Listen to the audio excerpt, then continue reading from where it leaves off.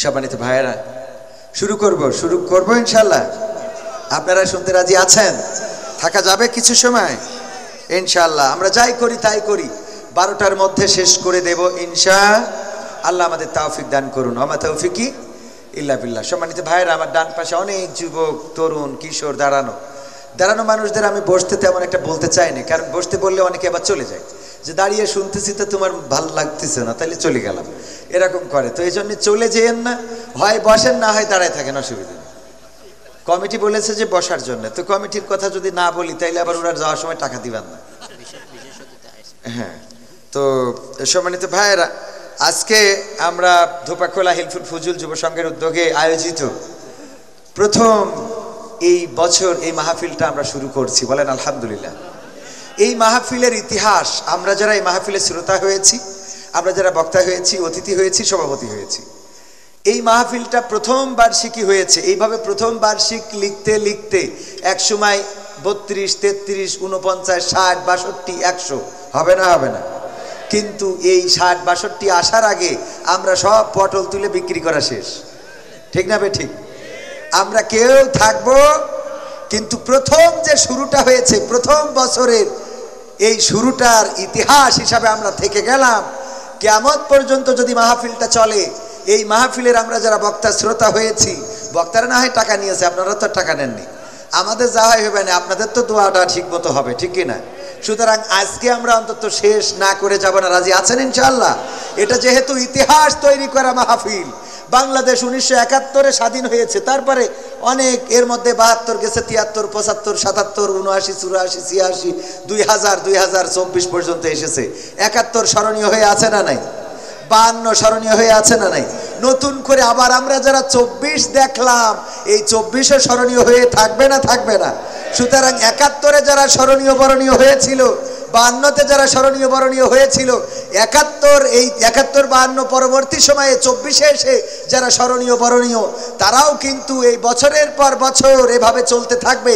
আমরা যেমন বলি 1971-এ আমরা রাজপথে নেমেছিলাম, লড়াই করেছিলাম, সংগ্রাম করেছিলাম, রক্ত দিয়েছিলাম, আর তার বিনিময়ে বাংলাদেশ পেয়েছিলাম, বলি না?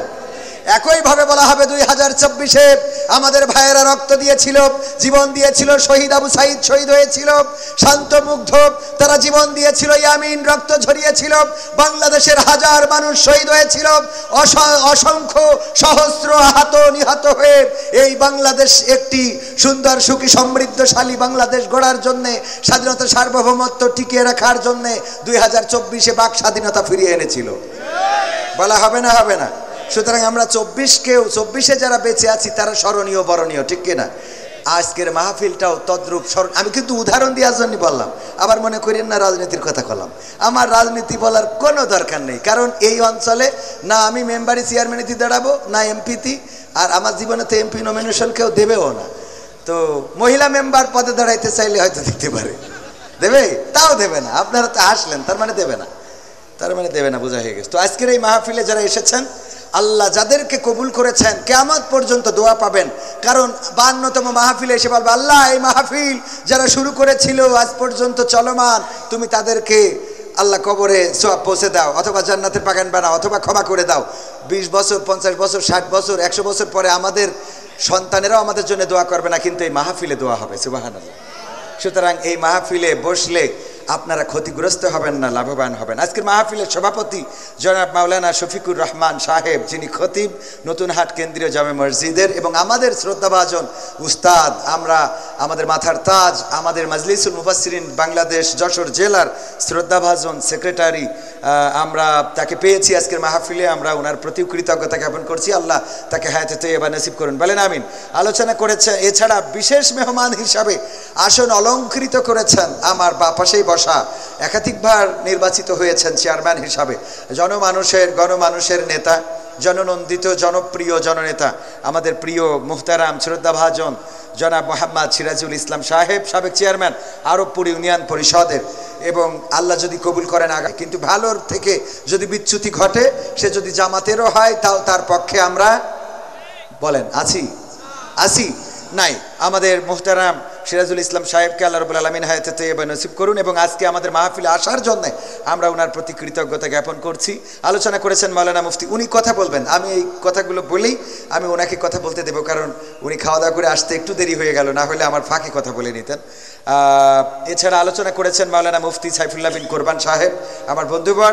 আলোচনা করেছেন আমার আর এক প্রিয় ভাই, আপনারা যার আলোচনা শুনে মুগ্ধ হয়েছেন, উনি সব জায়গায় প্রধান বক্তা হন, আমি ওনার আগে আলোচনা করি, কিন্তু আজকে কোনো না কোনো কারণে উনি আমার আগে ফ্ল্যাটটা নিয়ে ফেলেছেন। তো আমি মানে দুঃখিত যে ওনার পরে আলোচনা করতে পারলে এটাই ভালো ওনার আগে আলোচনা করতে পারলে এটাই ভালো লাগতো, কারণ মুহতারাম আমাদের ভাইজান আমি অত্যন্ত সম্মান করি, ভাই ভালো করেই জানেন, সামনে বলে বলছি না। তো ভাইজানের প্রতি কৃতজ্ঞতা যে উনি আজকে আমার আগে আলোচনা করেছেন। মাওলানা এনামুল হাসান বিন নূর সাহেব, যিনি এনামুল হাসান বিন নূর ক্যাডেট মাদ্রাসার সম্মানিত প্রতিষ্ঠাতা, বেনাপোলে স্বনামধন্য প্রতিষ্ঠানটি গড়ে তুলেছেন। তো এছাড়াও আছেন গণ্যমান্য আরও অনেক ব্যক্তিবর্গ যাদের নাম জানি না, মাহফিলের পরিচালক, মাহফিলের উপস্থাপক এবং আয়োজক, বিশেষ করে আমার সবুজ ভাই অনেক কষ্ট করেছেন। উনি একজন মিডিয়া কর্মী, আগে দাড়ি ছিল না যখন আমার সাথে পরিচয় হয়েছে, কিন্তু এখন দাড়ি রেখে আল্লাহ মোটামুটি আল্লাহর অলি হয়ে যাওয়ার, অলিয়া অলিয়ার পর্যায়ে পৌঁছে গেছে। আল্লাহ কবুল করে নিন, বলেন আমিন। আমার সামনে ভবিষ্ঠ দিনদার ইমানদার মুসলমান ভাইয়েরা, পর্দার অন্তরালে মা এবং বোনেরা, সবাইকে আনুষ্ঠানিকভাবে সালাম জানাচ্ছি, আসসালামু আলাইকুম ওয়া রাহমাতুল্লাহ। আল্লাহর শুকরিয়া আদায় করছি, সবাই পড়ছি আলহামদুলিল্লাহ।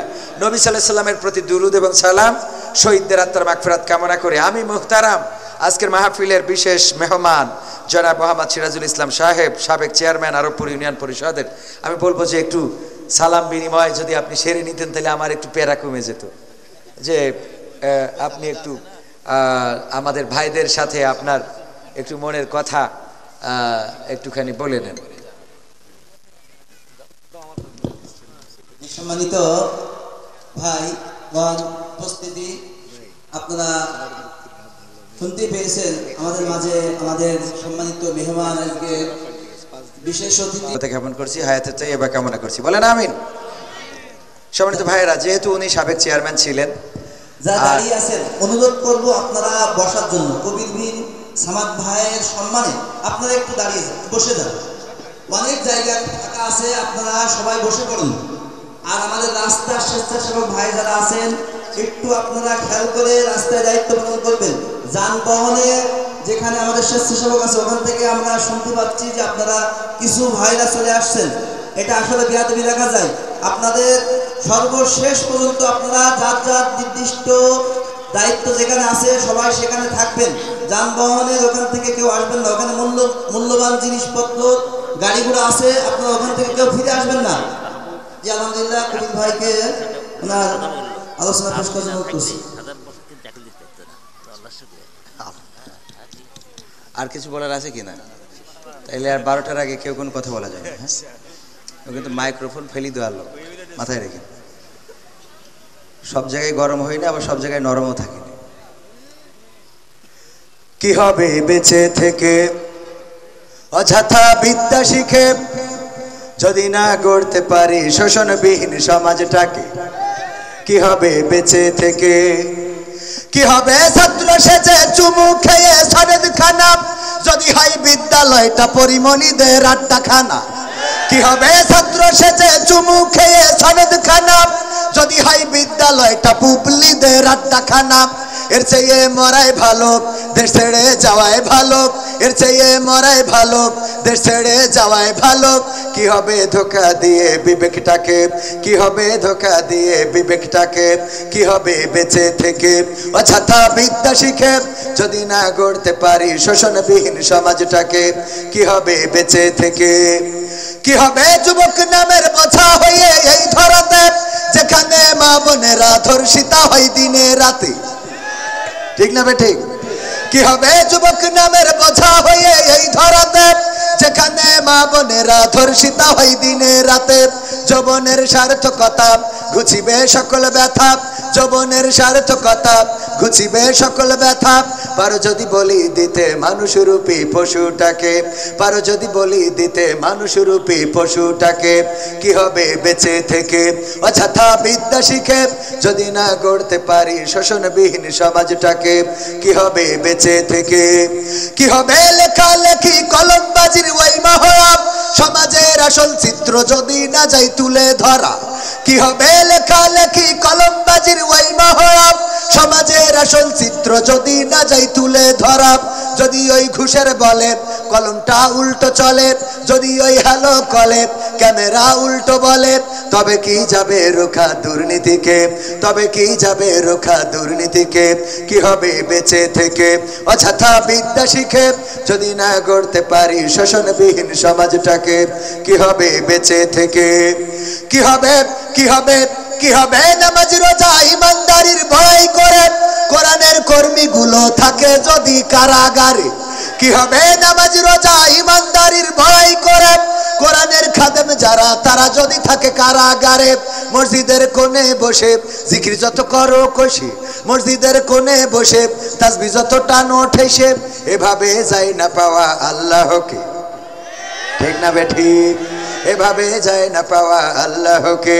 কি হবে বেঁচে থেকে অযথা বিদ্যা শিখে যদি না গড়তে পারি শোষণবিহীন সমাজটাকে কি হবে বেঁচে থেকে কি হবে আলেম হয়ে ইমাম সেজে মসজিদেতে পারো যদি সত্য কথা উচ্চ স্বরে না বলিতে কি হবে আলেম হয়ে ইমাম সেজে সমাজেতে পারো যদি সত্য কথা উচ্চ স্বরে না বলিতে চাকরির ভয় করো যদি ছেড়ে দাও ইমামতি চাকরির ভয় করো যদি ছেড়ে দাও ইমামতি কি হবে ধোঁকা দিয়ে আল্লাহকে কি হবে ধোঁকা দিয়ে আল্লাহকে কি হবে বেঁচে থেকে অযথা বিদ্যা শিখে যদি না গড়তে পারি শোষণবিহীন সমাজটাকে কি হবে বেঁচে থেকে কি হবে নেতা হয়ে জনবলে ঘর ফুলিয়ে দড়া টানা গরম দেখে যদি থাকো ঘরে শুয়ে পালাবো না পালাবো না কিন্তু নেত্রী চলে গেলে আমাদেরও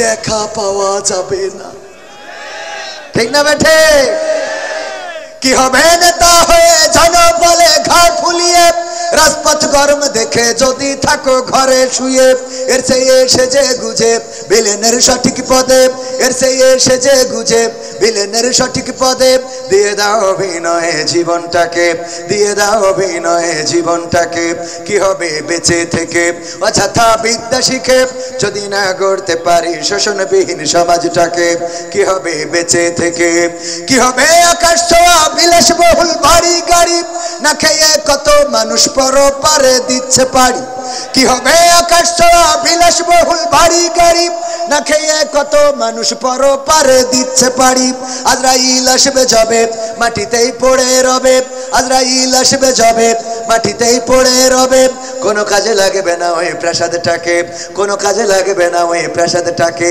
কি হবে বেঁচে থেকে অযথা বিদ্যা শিখে যদি না গড়তে পারি শোষণবিহীন সমাজটাকে কি হবে বেঁচে থেকে কি হবে পুরুষ হয়ে জন্ম নিয়ে বাংলাদেশে যদি যাই ক্ষমতাটা ঘুরে ফিরে নারীর হাতে কি হবে পুরুষ হয়ে জন্ম নিয়ে এই দেশেতে যদি যাই ক্ষমতাটা ঘুরে ফিরে নারীর হাতে কি বা জবাব দেবে কিভাবে মুখ দেখাবে কি বা জবাব দেবে কিভাবে মুখ দেখাবে আমাদের আগামী সেই প্রজন্মকে তোমাদের আগামী সেই প্রজন্মকে কি হবে বেঁচে থেকে অযথা বিদ্যা শিখে যদি না গড়তে পারি শোষণবিহীন সমাজটাকে কি হবে বেঁচে থেকে ঠিক না বেঠে কথাগুলো আমার লেখা নয় মরহুম আইনুদ্দিন আল আজাদ রাহিমাহুল্লাহ আমার উস্তাদ কলরবের প্রতিষ্ঠাতা তার লেখা তিনি চলে গিয়েছেন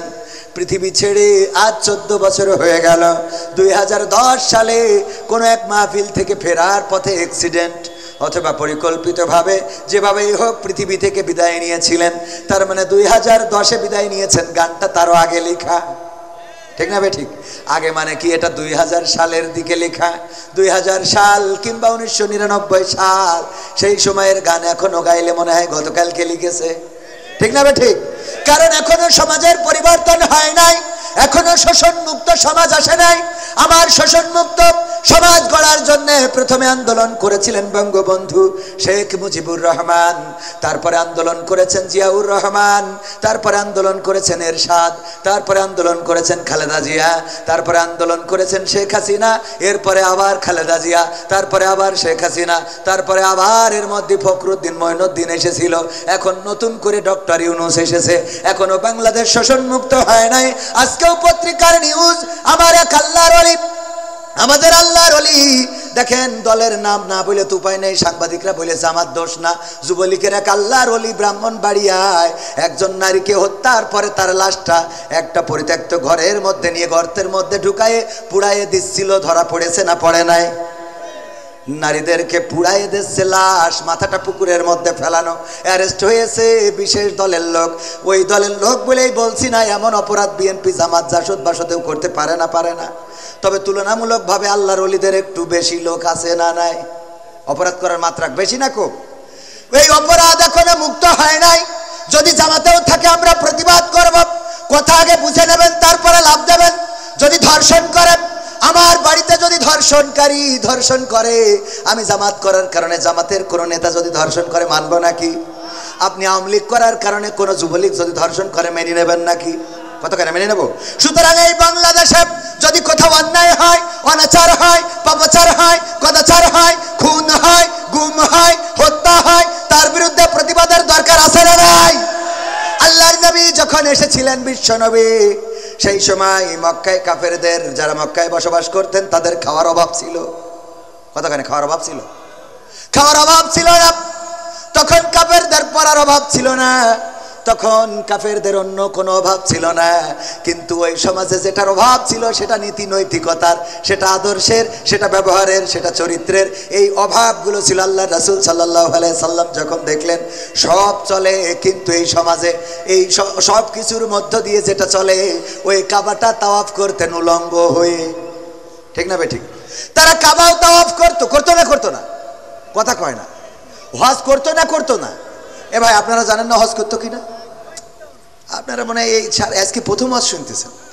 আল্লাহ রাসূল হজের সময় যখন তাবুক গেড়ে দিয়ে কোরআন পড়ছেন, আবু জাহেল, আবু লাহাব, উতবা, সাইবা তারা তাবুতে যায় আর বলে যে দেখো ওই তাবুটার কাছে যাবা না, ওই তাবুতে কিন্তু বিশেষ দলের লোক রয়েছে, ওদের আমরা বাংলাদেশে রাখতে চাই না, পাকিস্তানে পাঠাইতে চাই, ওই তাবুর কাছে তোমরা যাবা না, ওর কথা শুনবা না, ও কিন্তু পাগল বলেছে না বলে নাই? আল্লাহ রাসূল যখন দাওয়াত প্রকাশ্যে দিতে পারে না, তখনও তার মানে বোঝা গেল তখন হজ চলতো। কথা কয় না? তখন হজ চলতো। এর আগের ঘটনা হলো সূরা ফিলেই রয়েছে, আল্লাহর নবী জন্মগ্রহণের 50 দিন পূর্বে সূরা ফিলে আল্লাহ সবিস্তারে বর্ণনা করে দিয়েছেন। ছোট্ট সূরায় সব ঘটনা বলে দিয়েছেন। আল্লাহর রাসূল তখনও জন্মগ্রহণ করেন নাই। আব্রাহা এসেছিল ওই কাবাঘর ভাঙার জন্য, কি বাহিনী নিয়ে? হস্তি বাহিনী নিয়ে কাবাঘর ভাঙতে আসলেন। অপরাধ কি? কারণ অপরাধটা হলো একটা গির্জা বানিয়েছিল আব্রাহা, সম্রাট আব্রাহা, বাদশাহ আব্রাহা।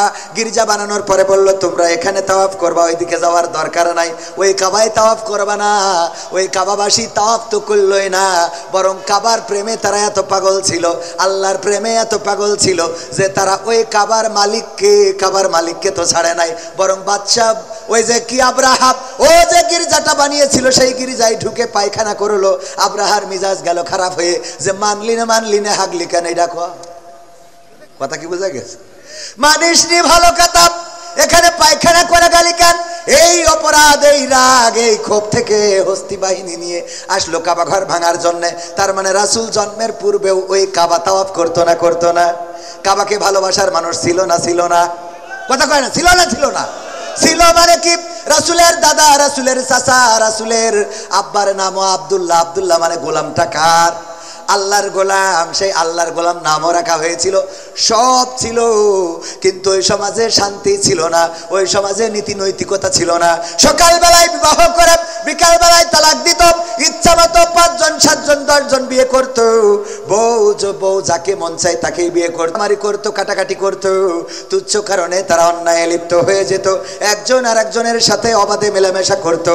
এই জাতীয় অপরাধগুলোর কারণে আল্লাহর রাসূল সাল্লাল্লাহু আলাইহি সাল্লামকে আল্লাহ পাঠালেন ওই কাবা তাওয়াফ করার জন্য। যদি পাঠাতেন তাইলে ওই সময়ও কাবা তাওয়াফ করার লোক ছিল না? ছিল মানে কি, কাবার প্রেমে এত পাগল যে গির্জায় যে হেগে থিয়ে আইলো।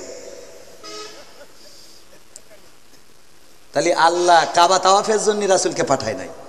কথা কি বোঝা গেছে? আপনি হজে যাবেন, আলহাজ হাজী সাহেব সালমান এফ রহমানও হজ করেছে গত রমজানে। পীর সাহেব আমার ফেসবুক স্ট্যাটাস দিয়েছে, কাবার ইমাম যেখানে দাঁড়ায় আমি তোর বরাবর একদম টান টাইনে সোজা এই পাশে দাঁড়াইছি।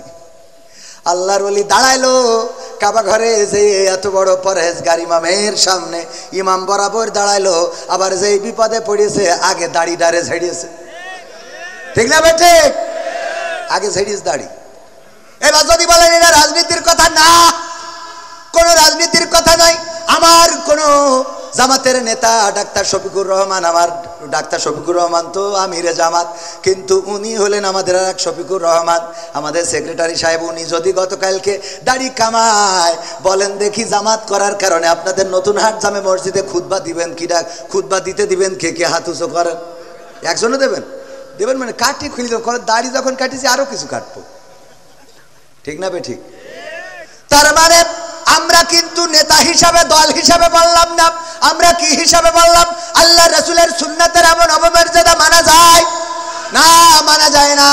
ওগো আমার ভাইয়েরা, আমরা কথা বলার সময় কথা অনেকেই শোনে না, আগের থেকে লাভ দিয়ে ওঠে। ওই যে আগের দিন বোঝানোর চেষ্টা করেছিলাম, দত্তপাড়ায় স্যার বললো কবিতা লিখে নিয়ে আসবা, কবিতা দেখবো কে ফার্স্ট হয়। কবিতা লিখে এনেছে ছাত্র, বলছে ঠিক আছে তুমি পড়ে শোনাও। বলছে চোখের জল উঠিয়াছে কপালে। বলছে তুই একেবারে জিরো, তো স্কুল থেকে বের করে দেওয়ার দরকার কেন? এই চোখের জল কোনোদিন কপালে ওঠে? তোর লেখাপড়া হইলো এটা? এ কোন ধরনের কবিতা লিখেছিস? স্যার চোখের জল কি কপালে যায় না? বলছে না। কিভাবে যায়? চোখের জল কিভাবে যায়? তোর কবিতা হয়নি বাদ। বলছে বললাম তো এক লাইন, এর এই শুনেই ফাল পড়া শুরু করেছেন। পরের লাইনটা শোনেন কি বলতেছে, পা দুটো বাঁধা ছিল কদমের ডালে। পা যদি উল্টো করে বাঁধা থাকে তাহলে চোখের জল তো কপালেই আসে। ঠিক না বেঠে? স্যার বলছে ঠিক আছে 100তে 100। বলছে পরের লাইন না শুনে অমনি তো আমার জিরো মেরে দিয়েছিলেন। কথা কি বোঝা গেছে? এই জন্য কথা শুনতে হবে ভালো করে, খেয়াল করে শুনবেন, তাহলে বুঝতে পারবেন। যদি খেয়াল করে না শোনেন তাইলে অমনি লাফালাফি শুরু করে দেবেন। আমার আল্লাহ বললেন, ইয়া আইয়ুহাল্লাযীনা আমানু, ইয়া আইয়ুহাল্লাযীনা আমানু লিমা তাকুলুনা মা লা তাফআলুন। কথাটা কার? অর্থটা কি? আল্লাহ বললেন, ওগো ঈমানদারেরা শোনো, আল্লাহর ওলিরা, পরহেজগারেরা শোনো, তোমাদের বলি শোনো, এমন কথা তোমরা কেন বলো যা তোমরা কাজে পরিণত করো না। আল্লাহ এর পরের আয়াতে বলছে, কাবুরা মাকতান ইনদাল্লাহি আন তাকুলু মা লা তাফআলুন। আল্লাহর কাছে এটা অত্যন্ত অপছন্দের, অত্যন্ত ঘৃণার যে তোমরা মুখে যা বলো কাজে তা পরিণত করো। কথা কয় না? এই যে আয়াত, এই আয়াতের ব্যাখ্যা করতে যে আমি খুঁজে পেলাম, এমপিরা সব কোথায় গেল, মন্ত্রীরা সব কোথায় গেল, কোথায় কাদের কাকা, তাদের ছাড়া দেশটা এখন লাগে ফাঁকা ফাঁকা। পালাবো না, পালাবো না, প্রয়োজন হলে ফখরুলের বাসায় গিয়ে উঠবো। ঠাকুরগাঁওয়ে বাসা আছে না, জায়গা দেবে? দেখেন এইবার আপনারা বোঝেন কেন বললাম এই কথা। পালাবে না, পালাবে না, যাই না তবু দেখা, তাদের ছাড়া দেশটা এখন লাগে ফাঁকা ফাঁকা। ও আমার ভাইয়েরা, আল্লাহ বলছে, ইয়া আইয়ুহাল্লাযীনা আমানু লিমা তাকুলুনা মা লা তাফআলুন। ও ঈমানদারেরা, আল্লাহর ওলিরা, পীর সাহেবরা শোনো, এমন কোন কথা বলো না যা তোমরা কাজে পরিণত করো না। কাবুরা মাকতান ইনদাল্লাহি আন তাকুলু মা লা তাফআলুন। আল্লাহর কাছে এটা অত্যন্ত অপছন্দের, অতিশয় অপছন্দের, ঘৃণার, ক্রোধের যে তোমরা যা বলো তা কাজে পরিণত করো না। দেখেন আমাদের নেতা বলল পালাবো না, এই কথা অপছন্দের কার? পালাইছে না পালাই নাই? তাইলে কোরআনের সাথে, কোরআনের কথার সাথে মিল আছে না নাই? এটা আল্লাহর অত্যন্ত অপছন্দের। এখন যদি বলেন হুজুর এই কথা বলা যাবে না, তাইলে কোরআন বলেছে আমি বলবো না কেন? তুমি বললে পালাবা না, ঠাকুরগাঁওয়ে যাবো, আমি সেখানে যাই খোঁজ নিছি, যাইনি, আমি নিজে গেছি, সত্যি স্ট্যাটাস দিয়ে আছে ফেসবুকে, দেখে নেবে। এখানে গেলেন না, আবার বললেন পালাবেন না। এবার দেখেন পরহেজগার 80 রাকাত 90 রাকাত তাহাজ্জুদ না পড়ে আমার স্বামী ওসমান হাফিজাহুল্লাহ উনি তো ঘুমাতে যান না, এই আল্লাহর ওলি, সে বলল খেলা হবে, খেলা হবে, আসো খেলবো। যেই ছাত্ররা খেলার জন্য দাঁড়াইলো সেই তো আল্লাহর ওলি নেই। তাহলে আল্লাহ বলছে কাবুরা মাকতানি ইনদাল্লাহি আন তাকুলু মা লা তাফআলুন। ওগো স্বামী ওসমান এমন কথা কেন বলো? এই কথা তো আল্লাহর কাছে অত্যন্ত অপছন্দের, অত্যন্ত ঘৃণার, যে তোমরা মুখে যা বলো কাজে তা করো না। অথচ দেখেন অপর দিকে যারা বলেছে এই মাটি আমাদের সম্পদ, এটা তিতুমিরের মাটি, এটা শাহজালালের পুণ্যভূমি, এই জমিনে রক্ত ঝরেছে, আমার শহীদদের রক্ত লেগে আছে, ৭১ রক্ত দিয়েছি, এই জমিনে আল্লাহর ওলিরা ঘুমারো, এই জমিনকে অতন্ত্র প্রহরীর মতো পাহারা দেব। ১ ইঞ্চি মাটি, আমার বাংলার মাটি কোনো দাদার হাতে ছেড়ে দেব না। বলেন দেখি ফাঁসির কাস্টে ঝুলাইছে তাও কি পালাইছে কেউ? কথা কয় না পালাইছে কেউ? বরং মৃত্যুটাকে বরণ করেছে, হামলা হয়েছে, মামলা হয়েছে, এই দেশ ছাড়ে নাই, মাটি ছাড়ে নাই, এলাকা ছাড়ে নাই, বছরের পর বছর জেল জুলুম নির্যাতন সহ্য করেছে। কোরআনের পাখি দেলোয়ার হুসাইন সাইদি দলমত নির্বিশেষে সবার প্রিয় মানুষ, এই প্রিয় মানুষটা কোরআনের পক্ষে কথা বলেছেন। আওয়ামী লীগেরাও তার ওয়াজ শোনেন, বিএনপি জামাত জাসদ বাসদ হেফাজত সবাই তার ওয়াজ শোনে না, শোনে না? পালিয়েছেন কখনো? পালান তো নাই, বরং আল্লাহর নবীকে যেমন প্রস্তাব দেওয়া হয়েছিল, বিশ্ব নবীকে বলল, কাফেরেরা বলল দেখো সে কি চায়, এই মক্কায় তো সব আছে, আমরা তার সব দেব, কি কি দেবে? আবু তালিবকে ডেকে বলল মুহাম্মদকে থামাও। কি থামাবো, কিভাবে থামাবো? বলল প্রস্তাব নিয়ে যাও ৩টা। কয়টা? ৩টা। ১ নম্বর, যদি সে ক্ষমতা চায় মক্কার প্রেসিডেন্ট বানাবো, যদি সে অর্থ চায় সবচেয়ে ধনী বানাবো, যদি সে নারী চায় তাইলে সবচেয়ে সুন্দরী নারীর সাথে বিয়ে করাবো, আর যদি বলে না ৩টাই লাগবে একসাথে দিয়ে দেব, এর বিনিময়ে কালেমার দাওয়াত দেওয়া ছেড়ে দিতে হবে। আল্লাহর নবী সাল্লাল্লাহু আলাইহি সাল্লাম বললেন যে এই জন্যই আমি বসে আছি। কথা কয় না? কয় ঠিক? আল্লাহর নবী এই জন্যই বসেছিল? নাউজুবিল্লাহ, বলেন নাউজুবিল্লাহ। এই যে ওয়াজ আমার শ্রোতাকে, আমি মাঝে মাঝে পরীক্ষা নিই যে যারা শ্রোতা এরা দেখি কিরাম ওয়াজ শুনে, আবেগ মানে কি, মানে ওয়াজের পরীক্ষায় যে একটু করবো, আপনাদের করবো রাজি? দেখা যাক, জীবনে তো কবে পরীক্ষা দিয়েছেন? 5, 4-এ পড়ি, আমিও অনেক আগে দিয়েছি ছোটবেলায়, তো একটা পরীক্ষা হয়ে যাক, রাজি? আল্লাহ রাব্বুল আলামিন হঠাৎ করে মুনকার নাকিরকে খুঁজে পাচ্ছে না। আরে বাবা কি বিপদ, কত মানুষ মারে, আর সেই সওয়ালের জবাব দেবে মানুষেরা, মান রব্বুকা ওমান দিনুকা ওমান নবিয়ুকা, তোমার রবকে, তোমার দিন কি, তোমার নবীকে, কিন্তু মুনকার নাকির তো হারাই গেছে, খুঁজে পাচ্ছে না। আল্লাহ রাব্বুল আলামিন ফেরেশতায় একদল তদন্ত কমিটি বানাইলো, বলল 3 সদস্য বিশিষ্ট তদন্ত কমিটি, তোমরা তাড়াতাড়ি চলে যাও, খোঁজো খোঁজো খোঁজো, খুঁজে দেখো এক্ষুনি এত লাশ ঢিবে পড়ে গেছে, ও কখন কি হইবে আনে। ওরে বাবা এই পৃথিবীতে খুঁজে পায় না, হঠাৎ করে দেখে বাগদাদে আব্দুল কাদের জিলানির কবরে মুনকার নাকিরের হাত পিছনে নিয়ে পিঠ মোড়া দিয়ে বাইন্ধে রেখেছে। আল্লাহর কাছে যেয়ে বলল, আল্লাহ মুনকার নাকিরের খুঁজে পাবো কি করে? আল্লাহ ওই যে বাগদাদে দেখলাম তোমার এক বান্দার কবরে পিঠ মোড়া দিয়ে বাইন্ধে থুয়ে দিয়েছে। আল্লাহ বলছে যা ওই বান্দার কাছে জিজ্ঞাসা করো তার দাবিটা কি জন্য বান্ধেছে, কি করলি ছাড়বে, তাড়াতাড়ি করে ছেড়ে দিতে বলো। এসে জিজ্ঞেস করছে, আল্লাহর বান্দা তুমি কে? আমি আব্দুল কাদের জিলানী। কেন বেঁধে রেখেছ? এই 2 জন, আমাদের 2 জন মুনকার নাকির ফেরেশতা, সারা দুনিয়ায় কত লাশ দেড়ি পড়ে গেছে, কখন প্রশ্ন করবে? আল্লাহ বলল ছেড়ে দিতে, কয় না ছাড়া হবে না। অপরাধ কি তাদের? অপরাধ হলো আমার কবরে ঢুকেছে কিন্তু সালাম দিয়ে প্রবেশ করে নাই, এই জন্যে বেঁধে রেখেছি। এখন কি করতে হবে? আল্লাহর কাছে যেয়ে বলো এই অপরাধে বেঁধে রেখেছি। আল্লাহর কাছে যেয়ে ফেরেশতারা বলেছে, আল্লাহ আব্দুল কাদের জিলানী সালাম দেয় না, এই অপরাধে তাদের হাত পিছনে দিয়ে হাত করা, ওই যে হাত মুড়া দিয়ে একেবারে কায়দা করে বেঁধে রেখেছে, ছাড়বে না। বলছে যাও যে প্রস্তাব দাও যে আর কি করলি ছাড়বে, সে কি চায়, তার দাবি কি, দাবি মেনে নেওয়া হবে। তখন আব্দুল কাদের জিলানির কাছে এসে ফেরেশতারা বলতেছে, ও আব্দুল কাদের জিলানী, আল্লাহ পাঠিয়েছে, কোন দাবি আছে আপনার, সেই দাবি আল্লাহ পূরণ করে দেবে। তখন আব্দুল কাদের জিলানী বলতেছে, দেখো আল্লাহরে যেয়ে বলো, আল্লাহ জানো এই বাগদাদে যত কবরবাসী আছে সব কবরবাসীগুলোকে আল্লাহ চিরজীবনের মতো কবরের আযাব মাফ করে দেয়।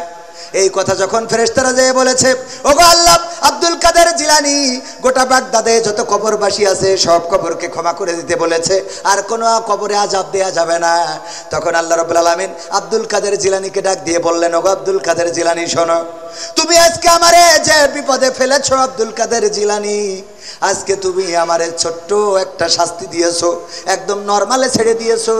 অথচ তুমি যদি বাগদাদ না বলে, তুমি যদি বলতে মাশরিক থেকে মাগরিব পর্যন্ত যত মানুষ এই পৃথিবীতে চিরজনমের মতো বিদায় নিয়েছে আর কিয়ামত পর্যন্ত যারা বিদায় নিয়ে চলে যাবে তাদের ক্ষমা করে দাও, আমি আল্লাহ বাধ্য হয়ে গেছিলাম ক্ষমা করার জন্যে, তবে তুমি শুধু বাগদাদের মানুষের ক্ষমা চেয়েছো, আমি আল্লাহ ক্ষমা করে দিলাম। বলেন সুবহানাল্লাহ।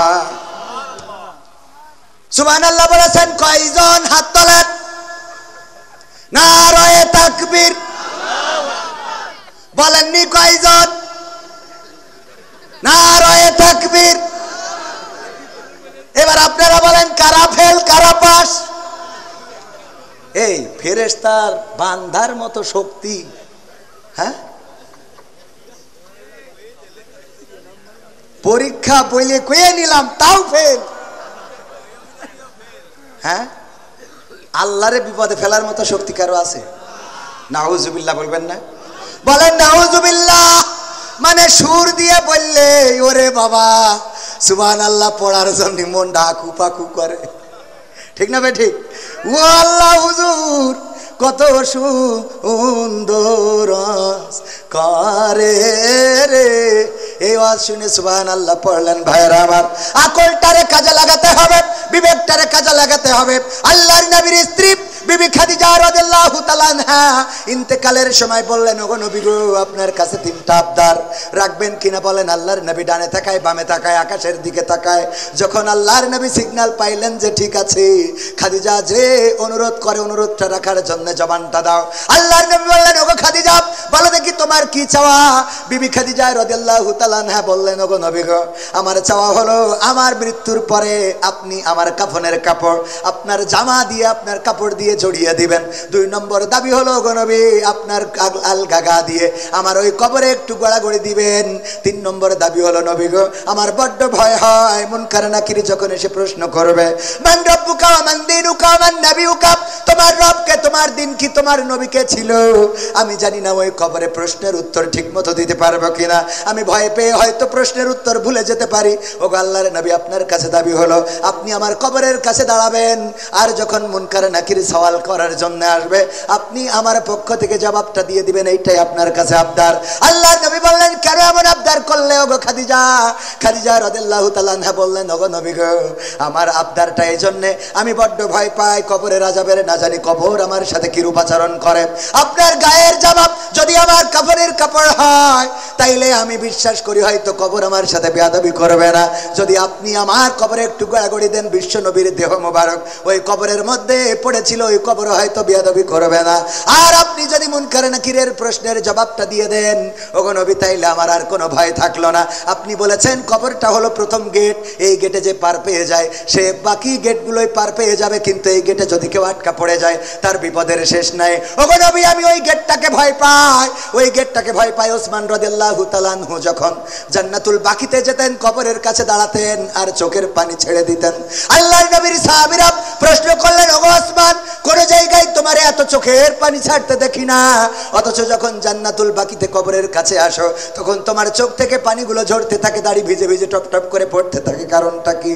ওসমান রাদিয়াল্লাহু তাআলা আনহু বললেন, তোমরা কি বিশ্ব নবীর মুখে শোনো না, এই কবর হলো প্রথম গেট, এই গেট থেকে যে পার পাবে সে সব জায়গায় পার পাবে, আর এই গেটে যদি কেউ আটকা পড়ে যায় তাইলে তার পার পাওয়ার স্বপ্নটা চূর্ণ বিচূর্ণ হয়ে যাবে। এই জন্য কবরের কাছে যখন আসি তখন নিজের চিন্তা হয়, আরে এই কবরে আমি পার পাবো নাকি পাবো না। ওগো আমার ভাইরা, আল্লাহর নবীর সাহাবী, আল্লাহর নবীর সাহাবী ওসমান গনি, আল্লাহর নবীর জামাতা, 2 মেয়েকে জিন্নুরাইন, 2 মেয়েকে পেয়েছেন। 2 মেয়ের আল্লাহ রাব্বুল আলামিনের 2 মেয়েকে বিবাহ করার সুযোগ পেয়েছিলেন ওসমান রাদিয়াল্লাহু তাআলা আনহু। সেই সাহাবীও কান্নাকাটি করে খাদিজা রাদিয়াল্লাহু তাআলা আনহা এমন একজন ব্যক্তি, একদিন আল্লাহর নবী এবং জিবরাইল আলাইহিস সালাম বসে আছেন। হঠাৎ করে জিবরিল বললেন, ওগো নবী, আমার যাওয়ার সময় হয়ে গেছে, কেন চলে যাবেন? আমি দেখতে পাচ্ছি বিবি খাদিজা আপনার জন্য খাবার নিয়ে আসছে, ওগো নবী আমি এখন চলে যাব।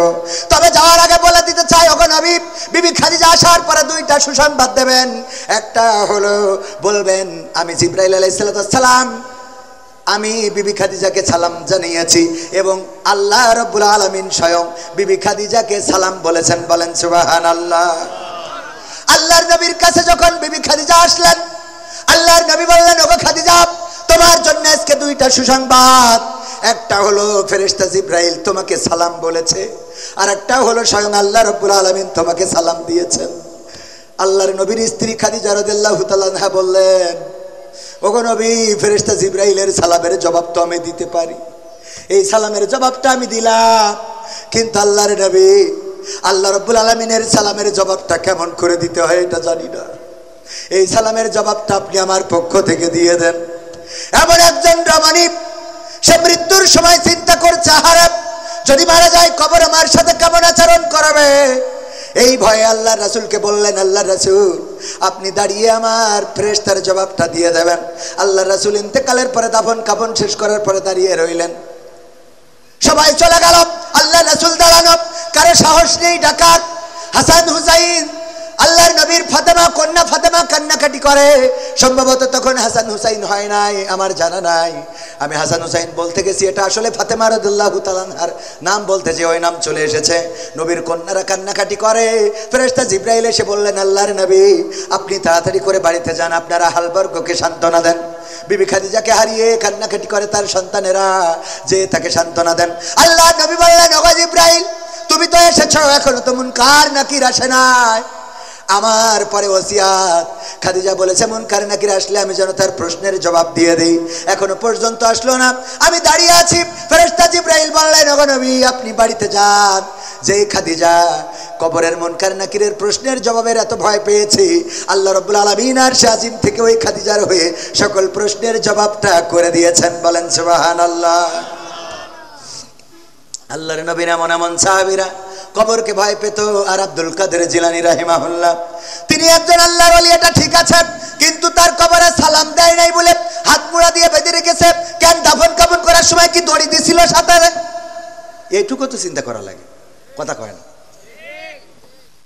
যাই হোক, ফেল করাতে কোনো অসুবিধা নেই। আমাদের দোষটা কি, সুর দিয়ে আমিও ফেল করেছিলাম। এই ওয়াজদিন আমার অ্যাডভোকেট এনামুল হক মুহতারাম চাচা যান, উনি আমার মাদ্রাসায় পাল্লা মোকামতলায়, তখন আমরা ছোট, উনি বললেন আমি একটা পরীক্ষা নেব। তো উনি একটা পরীক্ষা নিয়েছিলেন, অবশ্য ওয়াজটা করেছিলেন অন্য ভিন্ন আর একটা ঘটনা বলেছিলেন। সেই ঘটনায় যে দম করে জন্ম জীবন দিয়ে দিল, দম করলো, একজন কান্নাকাটি করতেছে লাশ নিয়ে, যে আমার সন্তান মারা গেছে, স্বামী মারা গেছে। এই একটা পুতা ছেলে, আমাদের যশোরের ভাষায়, অন্য দেশের ভাষায় নাতি বলে, যে আমার নাতিটা বেঁচে ছিল, তাও আল্লাহ নিয়ে গেল। তখন পীর সাহেব একটু দম করলেন, তারপরে ফু দিলেন, তো দাঁড়িয়ে গেল। বলেন সুবহানাল্লাহ। হ্যাঁ, তাও সুবহানাল্লাহ বলেছি। আমরা ওই দিন সুবহানাল্লাহ বলেছিলাম, এর জন্য ফেল করেছিলাম। আমরা ওয়াজ শুনবো, কিন্তু বুঝে শুনে হাত উঁচু করবো, মনে থাকবে? সুবহানাল্লাহ আলহামদুলিল্লাহ কোন জায়গায় বলতে হয়, এগুলো যদি না বুঝি, ওই যে উদাহরণ দিতে যে মাঝে মাঝে প্রায়ই বলি, এখন যে টাকা কালেকশন করতেছে, দত্তপাড়ায় বলেছিলাম যে 50,000 টাকা দেওয়ার মতো কেউ কি আছেন? কেউ কথা বলে না। হুজুর সুদ দিয়ে দিয়ে বলার একজন তো জিম আছে। হুজুর বলছে 50,000 টাকা দেওয়ার মতো কোন আল্লাহর ওলি আছেন নাকি? আমি দোয়া করে দেব। বলেন হাত উঁচু করেন। কেউ হাত উঁচু করে না, দোয়া করব বাপ দাদা দাদা দাদি নানা নানি 14 গোষ্ঠী যেন জান্নাতে থাকে। কেউ হাত তোলে না, তোলে না, তোলে না। এবার হুজুরির হয়ে গেছে রাগ, সুর দিয়ে বাদ দিয়ে এবার চিল্লাইনো শুরু করে দিয়েছে। 50,000 টাকা দেওয়ার মতো এই ধোপা খোলায় একজনও নাই, হাত উঁচু করেন। মানে ঘুমেতে উঠে হাত উঁচু করেন শুনে, ধমক শুনে হাত উঁচু করে বসে আছে। বলছে নাম কি? ওবায়দুল কাদের। আল্লাহ ওবায়দুল কাদের 50,000 টাকা করলো দান, তুমি বাড়িয়ে দাও, সম্মান নিয়ে খায়াত দাও। পিতামাতা দাদা দাদি নানা নানি 14 গোষ্ঠী যারা কবরে আছে ক্ষমা করে জান্নাত দিয়ে দাও। ও তো বলছে আল্লাহ কাল বিড়ি না খালি তো হাগাও হবে না, অথচ সেইটা কেনার টাকাও নেই। 50,000 টাকা দোয়া আমি কনে রাখবো? পাঞ্জার খতিব ডাক্তার আমার হুজুর গো বিপদে তো পড়েছে, একটু ফতোয়া দিতে হবে। কি ফতোয়া? ওই যে মাহফিল হচ্ছিল ধূপ খোলায় না ধূপা খোলায়, আমি ওখানে ধূপা খোলায় ওখানে 50,000 টাকার জন্য হুজুর কালেকশন করছিল। আমি হঠাৎ করে ঘুমায় পড়িলাম, খেয়াল করিনি। হুজুর যখন বলেছে হাত উঁচু করেন, আমি উঠে পরে হাত উঁচু করেছি, কিন্তু তার আগে বলেছে 50,000 টাকা কিনা দেবেন, হাত উঁচু করেন। আগের লাইন ঘুমের মধ্যে চলে গেছে, জেগে উঠে দেখি হাত উঁচু করার শব্দ। হাত উঁচু করেছি, হুজুর দোয়া করে দেশ 50,000 টাকার। এখন আমার তো বিড়ি কেনার টাকাও নেই, হুজুর এখন আমি করবোটা কি? বলছে অসুবিধে নেই, টাকা না থাকলে দেবেন, কিন্তু ওটা তো ভুল ক্রমে হয়ে গেছে।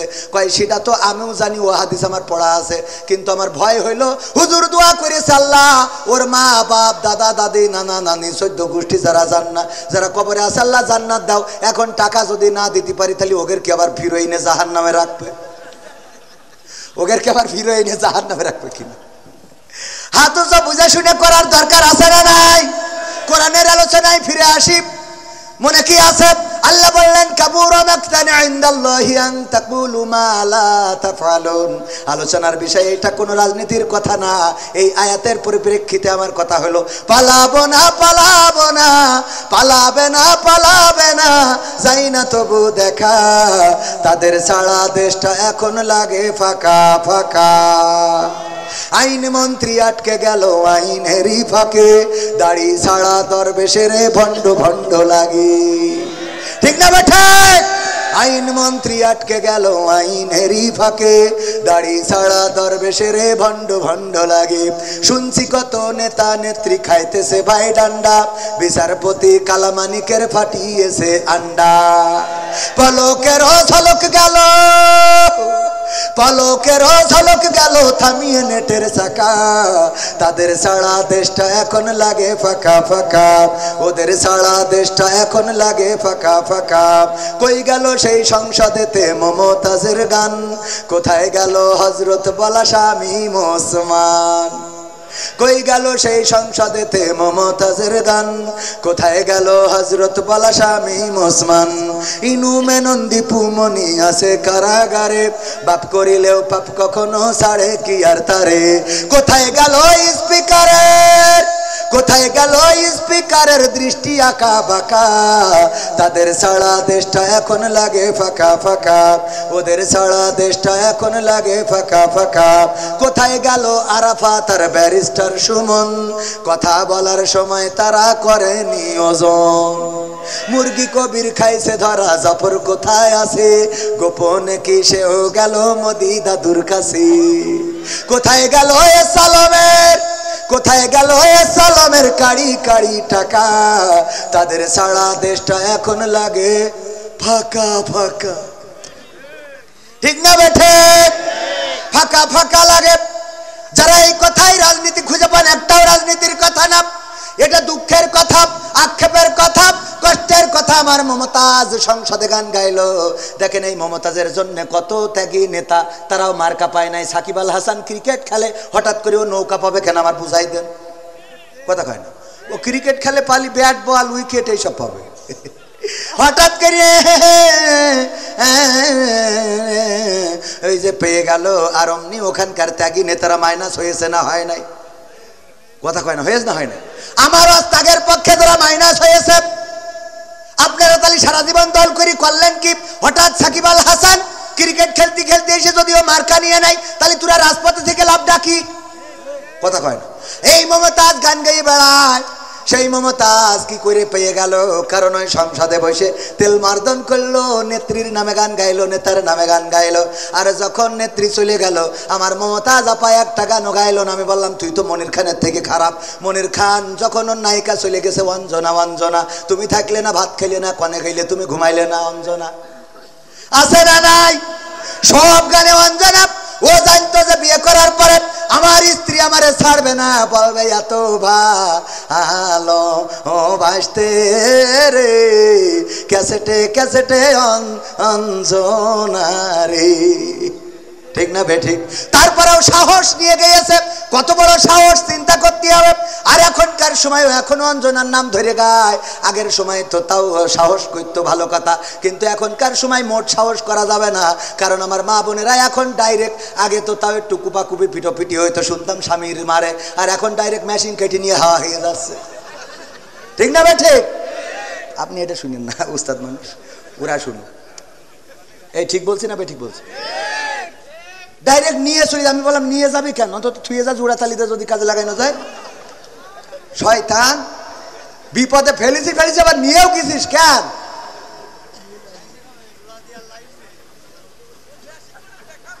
ভয়, তাহলে বুঝতে পারছেন এখন?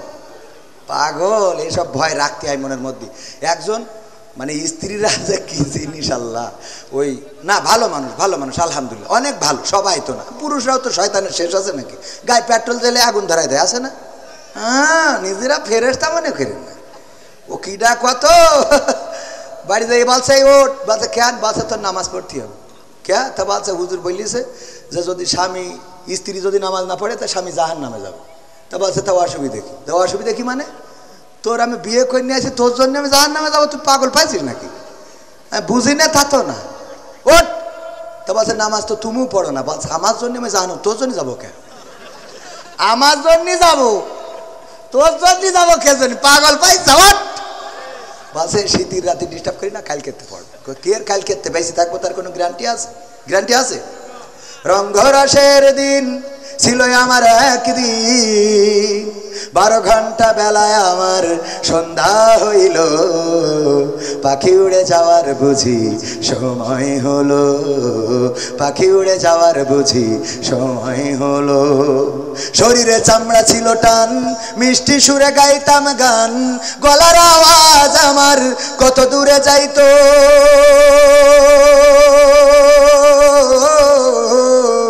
শরীরে চামড়া ছিল টান, মিষ্টি সুরে গাইতাম গান, গলার আওয়াজ আমার কত দূরে যাইতো।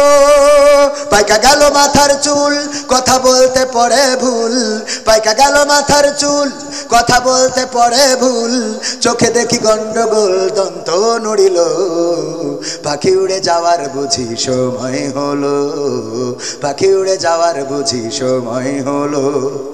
ঘন ঘন আসে দম, চোখেতে দেখি কম, ভাবে বুঝি সময় আমার ফুরিয়ে এলো, ঘন ঘন আসে দম, কানেতে শুনি কম, পিছে পিছে জাম আমার ঘুরতে লাগিল, খাটো হয়ে আসছে পাও, হীন হলো সর্বদাও, খাটো হয়ে আসছে পাও, হীন হলো সর্বদাও, ভাবে বুঝি সময় আমার ফুরিয়ে এলো, পাখি উড়ে যাওয়ার বুঝি সময় হলো, পাখি উড়ে যাওয়ার বুঝি সময় হলো। ঠিক না বে ঠিক? পুরা তো এত সুন্দর পরিপাটি, খাসায় আমার ছিল খাটি, দিনে দিনে খাসায় আমার জং ধরিল, এত সুন্দর পরিপাটি, খাসায় আমার ছিল খাটি, দিনে দিনে খাসায় আমার জং ধরিল, পুরাতন খাসাতে পাখি করে শুধু ডাকা ডাকি, পুরাতন খাসাতে পাখি করে শুধু ডাকা ডাকি, একদিন আমায় দিয়া ফাঁকি উড়িয়া যাইব, পাখি উড়ে যাওয়ার বুঝি সময় হলো, পাখি উড়ে যাওয়ার বুঝি সময় হলো। রঙ্গরসের দিন ছিল আমার একদিন, রঙ্গরসের দিন ছিল আমার একদিন, 12 ঘন্টা বেলায় আমার শান্ত হইল, পাখি উড়ে যাওয়ার বুঝি সময় হলো, পাখি উড়ে যাওয়ার বুঝি সময় হলো। ঠিক না বে ঠিক?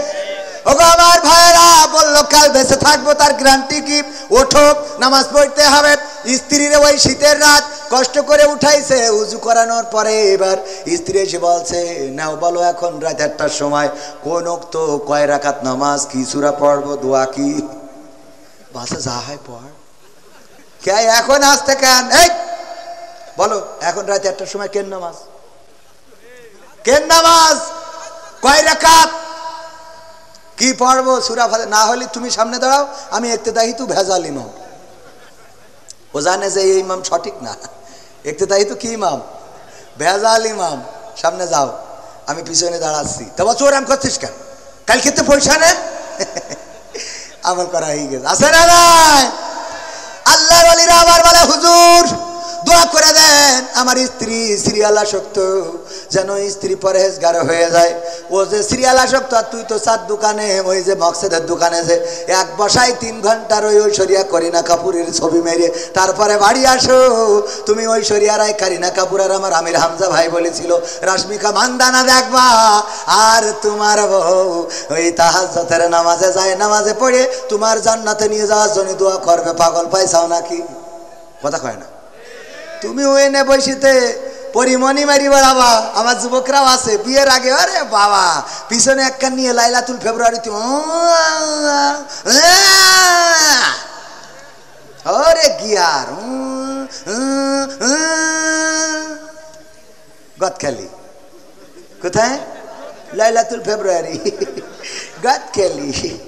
গদখালি যে বলে তুমি এসেছে বলে আকাশ এত নীল। ও আসার আগে লাল ছিল। তুমি এসেছো বলে গদখালির গোলাপগুলো লাল হয়েছে, ও এতদিন কালো ছিল। শয়তান পাম মারা জায়গা খুঁজে পায় না। এবার বিয়ের সময় মসজিদে যায়, যে হুজুরি জুম্মার খুতবা শেষে বলে হুজুর আপনার কাছে আইসি, আমি তো বিয়ে করার নিয়ত করেছি, তো একটা হাফেজা পাত্রী যেন পায়, একটু দোয়া করতে। তুই তাহাজ্জুদ পড়লি ওর সাথে, এন হাফেজা লাগবে কেন? কথা কয় না। দোয়া চাই আপনার কাছে, চাই মানে কি হুজুর একটা নেককার পাত্রী যেন হয়। তুই নেককার পাবি, তুই যে গদখালিতে তাহাজ্জুদ পড়াই ঘুরে আনলি, তা তোর যেটা উড়াও তো আর একজন তাহাজ্জুদ পড়াই এতে ইবাদত করি আরো 2 রাকাত বেশি পড়িয়েছে। কথা কয় না। তুমি মনে করছো রে বাবা পরেশ ঘরে নিয়ে আইছি, ও না, ও খালাই তো ভাইয়ের কাছে টাকা পায়। কথা কয় না। শয়তানরা নিজেদের জন্য ভালো হওয়ার দরকার আছে না নাই? নিজের চরিত্র ভালো রাখলে তোমার জন্য আমার নারীরাও চরিত্র ভালো রাখবে। স্বামীরা যদি ভালো হয় স্ত্রীরা ভালো হবে। আজান দিলে বলো, আমাদের আকিজ কলেজের এক টিচার ছিল, বলতেছে ভাই একটা দুঃখের কথা কি বলবো, আমার চাচা ছিল সমবয়সী, বিয়ে করার পরে আমার চাচি আমার চাচার কোনোদিন কিস করতো না, মানে বাংলায় বলে চুমো খেতো না। এইটা না করার কারণে একদিন অভিযোগ করতেছে, দেখছো তোর চাচির যদি বলার সুযোগ হয় তাহলে বলিস যে চাচার হক এইভাবে মেরে দিচ্ছেন কেস জন্যে। কি হক চাচা? বলছে দেখ সমবয়সী বলাই যায়, আমার ঠোঁটের কাছে ঠোঁট নীতি দেয় না রে। এইবারও বলেছে চাচি গো, আমার চাচা তো বন্ধুর মতো সম্পর্ক, একটা কথা একটু প্রকাশ করি বলেই ফেলাইছে, আপনার ঠোঁটের কাছে ঠোঁট নীতি দেন না, আর ওর ঠোঁটের কাছে আপনার ঠোঁট নেন না কেন? বলছে দুঃখের কথা কি বলবো ভাতিজা, বলে যখন আমু বলি লজ্জা ভেঙে। তো চাচা বিড়ি সিগারেট খেয়ে মুখ যা করে রেখেছে, ওর পাশার কাছে ঠোঁট নেওয়া যায়, তা মুখের কাছে না। সহ্য না করে পারবেন কি করে? আছে না নাই? এখানে বিড়ি খান কিনা কিনা? ও সব তো আল্লাহর পরহেজগার পীর সাহেব। কেউ খায় না, যদি না খেয়ে থাকেন আলহামদুলিল্লাহ, আর যদি খান আজকে থেকে ছাড়েন ছাড়েন ছাড়েন, তা না হলে বলো অন্য কিছু ছাড়তে হবে রে। মনে থাকবে ইনশাল্লাহ। আপনি সুন্দর করে দাঁত ব্রাশ করিয়ে লিপ জেল লাগায় ঠোঁটটা কায়দা করে মাখো মাখো করে রাখেন। দেখেন তো স্ত্রী হক আদায় করে কিনা। আমি ওইটা বলছি না, হক আদায়ের কথা বলছি। করবে না করবে না? বিড়ি টাইনিয়ে ওরে বাবা সুসমল্য অত গন্ধ করে। মসজিদে দেখবেন বেনামাজির পাশে দাঁড়ালি যেই আমিন বলে মনে হয় নামাজ ছেড়ে চলে যায়, পরে 2 দিন পরে এসে পড়বান। আছে না নাই? এই আবার গিলার ভাঙছে কিটা? এই ঠিক বললাম না বে ঠিক বললাম? এইগুলো পরিবর্তন হওয়ার দরকার আছে না নাই? তুমি যদি গু খাও, ও তো পায়খানা এমনিই খাবে, যে যেমন সে তেমন পাবে। কোরআনের কথা ভাইয়ের আমার, এই জন্য পরিবর্তন দরকার আছে না নাই? পরিবর্তন আমাদের দরকার। পরিবর্তন তো নারীরা হইতে চায়। একবার আমার আব্বা বলতেছে, ওয়াজ শুনেছে যে ওগো নারীরা, তোমরা যদি পারো স্বামীর চুল দে পা মুছাইয়ে দিবা, তারপরে ঘুমাবা। এই ওয়াজ শুনে একজন মহিলা ধুপা খুলার, সে যেই আগে স্বামীর চুল দিয়ে ইচ্ছা মতো পা মুছাইয়েছে, ডইলে ডইলে মুছাই তারপর শুয়েছে। শুয়ার পরে গন্ধের জ্বালায় বাঁচা যাচ্ছে না। গন্ধটা গন্ধ, দুর্গন্ধ। কিসের দুর্গন্ধ? পায়খানার গন্ধ। কোথা থেকে আসে? তাড়াতাড়ি করে সুইচ দিয়েতে চারিদিকে খোঁজে, পায়খানার গন্ধ আসে কোথা থেকে না, কোথাও খুঁজে পাওয়া যায় না যায় না যায় না। হঠাৎ করে স্ত্রীর চুল টেনে এনে স্বামী বলছে পায়খানার গন্ধ তত চুলিতে আসছে। তো বলছে তা আসবে কেন? তা আসবে কেন? তুই জানিস, আমি কি করে খাবো? আমি তো অন্যায় কিছু করিনি। হুজুর বলল যে স্বামীর চুল দে পা মুছাবাব, রহিম আলাইহিস সালাম চুল দে পা মুছাইয়ে দিত। আল্লাহর নবী বলেছেন যদি কেউ স্বামীর এমন করে খেদমত করে, যদি স্বামীর মাথায় হাত বুলায়, মুখমণ্ডলে হাত বুলায়, তাইলে মাথায় যত চুল আছে স্বামীর সমপরিমাণ চুলের সোয়াব ওর আমল নামায় লেখা হবে। আমার ডাক্তার মুরাদের বউ বলছে তাহলে আমার তো তেজ মারা সারা, কারণ আমার ডাক্তার একটা মাল নেই। ঠিক না ভাই? ঠিক। আচ্ছা ওটা যাদের আছে তাদের তো হবে। ওগো আমার ভাইয়েরা, ওই স্ত্রী বলতেছে দেখো আমি যখন হুজুরের এই কথাটা শুনলাম তখন এসে তোমার চুল দে পা মুছাই তারপরে আমি শুইছি, এই হলো আমার অপরাধ। বলছে ওই জায়গায় তো খানা হয় না। ওই যে মোড়ের ওখানে ও তাস খেলছিল টাকা দিয়ে, তাহলে কি হয়ে গেল? কি হয়ে গেল? জুয়া। টাকা দিয়ে খেললে কি? কাঠ খেলছিল টাকা দিয়ে, রুইতন হাঁটতন টিকা রাজা বাদশা মার। ওরে বাবা, হঠাৎ করে আর্মির গাড়ি এসে দাঁড়াইছে, আর অমনি বুঝতে পেরেছে খেলা ফাইনাল, এখনই গান গাওয়া লাগবে, তার থেকে আগেই দৌড় দিই। ও জুতো পাই দেয় নাই, গান গাওয়ার ভয়তে জুতো না পাই দিয়ে দৌড়তেছে। বাঁশ বাগানের নিচে দিয়ে গিয়েছে, কিটা ছেড়িয়ে রেখেছে, চটকাই যেয়ে চুপ করে শুয়ে রয়েছে। আর ওই দিন মুছাইছে খাই।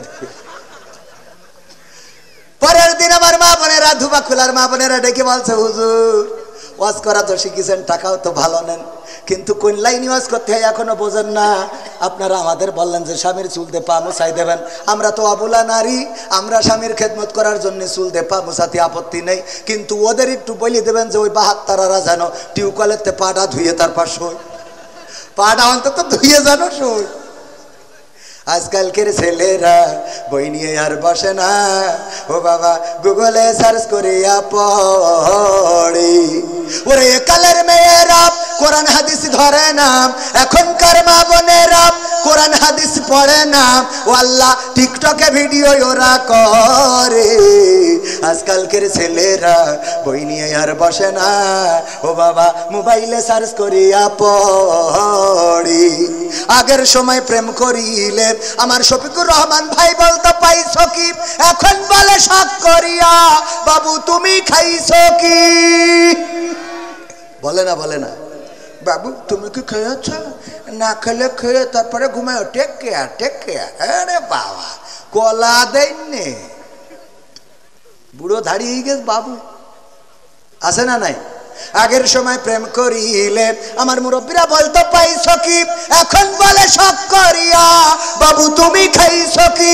লজ্জা শরম নাই আইলাম কোন জামানাই, লজ্জা শরম নাই আইলাম কোন জামানাই, ভবিষ্যৎ দেখি অন্ধকারে। আজকালকের ছেলেরা বই নিয়ে আর বসে না, ও বাবা গুগলে সার্চ করিয়া পড়ে। নতুন করে হয়েছে চালু এখন আবার কোন ট্রেন্ড, পরিচয় করাই দেখি এই আমার গার্লফ্রেন্ড। আছে না নাই? গদখালি যদি হঠাৎ করে দেখা হয়, বুরকা বলা, পিছনে বাইকের পিছনে সালাম দেবেন, ভাবি কেমন আছেন, দোস্ত কবে বিয়ে করলি জানালি না তো, হঠাৎ করে বলে আরে না এখনো বিয়ে করি নাই, বিয়ে করলি তো জানবি। এটা তাইলে কিডা? পরিচয় করাই দিলে এই আমার গার্লফ্রেন্ড। আছে না নাই? নতুন করে হয়েছে চালু এখন আবার কোন ট্রেন্ড, পরিচয় করাই দেখি এই আমার বয়ফ্রেন্ড। নারীরা নারীরা করায় না, করায় না। হঠাৎ একটা ঘাড়ে করে নিয়ে বাড়ি হাজির, কবির বিন সামাদের মাত্র সাথে করে নিয়ে, এই কিডা? আল্লাহ আম্মা কবির বিন সামাদ আমার বয়ফ্রেন্ড। কবির বিন সামাদ, ও আব্বা ভালো, ভালো, হ্যাঁ হাউ আর ইউ। আরে ভাব, আছে না নাই? এইবার 3-4 বছর ধরে লাইন মেরে ও কয় যে ওর মা কয় দেখো তোমার ছেলেটা কি বলে যে ওর আব্বা তো তোর মতো গান জুটে তো মানে নিত না, তাই এক কাজ কর তুই আমার মায়ের নিয়ে চলে যা, আমি এদিক ট্যাকেল দুবানে। আর মায়ের বলে তুই ওর নিয়েতে যা, কাজী অফিস থেকে পাল্লি পড়িনিস আর না পারলি সে যা এখানে, তুই যা আমি তোর আব্বা দেখ পানে বইলিতে পাঠাই দিয়ে। এইবার সেই আব্বা বাড়ি ফিরে আসে ঢাকার যশোর শহরের থেকে, ওরে অভিনয়, ও আল্লাহ তুমি কি জন্ম দিছাও, আমার মুখে চুন কালি লাগায় এ চলে গেল রে, আল্লাহ আল্লাহ।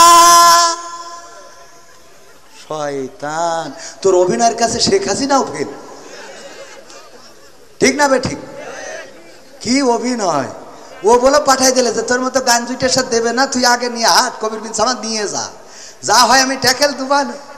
ওর বুদ্ধি আছে, ওরে বাবা সদ্দর স্বামী কি জন্মাদি চাও, কি জন্মাদি চাও, আমার বাপ দাদার 14 পুরুষই এমন কিছু ঘটিনি রে, ও আল্লাহ হে আল্লাহ। ওর বাপ দাদা শুধু 14 পুরুষই ঘটিনি, ও যে কোন জায়গার পানি খেয়েছো আল্লাহ জানে। হ্যাঁ হ্যাঁ হ্যাঁ ঠিক আছে। ওরে বাবা রে, এরা মনে করছে খালি শুধু একের ভয়, মনে করছে আমি রাজনীতির কথা বলবো। রাজনীতির কথা বলবো কেন? আমি কথা কয় না, রাজনীতির কথা বলার কোনো দরকার আছে? যা বলবো কোরআন হাদিসের আঙ্গিকে আছে। আমি প্রায়ই বলি, যদি মুসার কথা বলেন তা এমনি ফেরাউন আসবে, কথা কয় না। যদি আপনি নমরুদের কথা বলেন, ধর ইব্রাহিমের কথা বলেন, তা নমরুদ আসবে। বিশ্বনবীর কথা বললি আবু জাহেল। তো কোরআনের এই সমসাময়িক সময়ে যদি কথা বলি আর শফিকুর রহমান যদি বাধা দেয়, তো তার নাম বলতে হবে না, কথা কয় না। অনেকেই মনে করে এটা নো, আরে বোঝেন না, খালি ভালো করে বুঝতে হবে। আমি এসব আপনারা বলছেন আমি 12টার মধ্যে শেষ করবো, আর আধা ঘন্টা থাকা যাবে না ইনশাল্লাহ? থাকা যাবে কি না? কথা আমি এই জন্য এলাকায় দাওয়াত নিচ্ছি, খালি কই হুজুর এই বলেন না ওই বলেন। আমার আওয়ামী লীগরা তোমার কাছের লোক, এরা বিশ্বাস করে না, আপনাদের মনে হয় না? আমি তো বলেছি কি, মুসলমানে মুসলমানে দ্বন্দ্ব করা চলবে না, সীসা ঢালা প্রাচীর হবে কখনো তা টলবে না।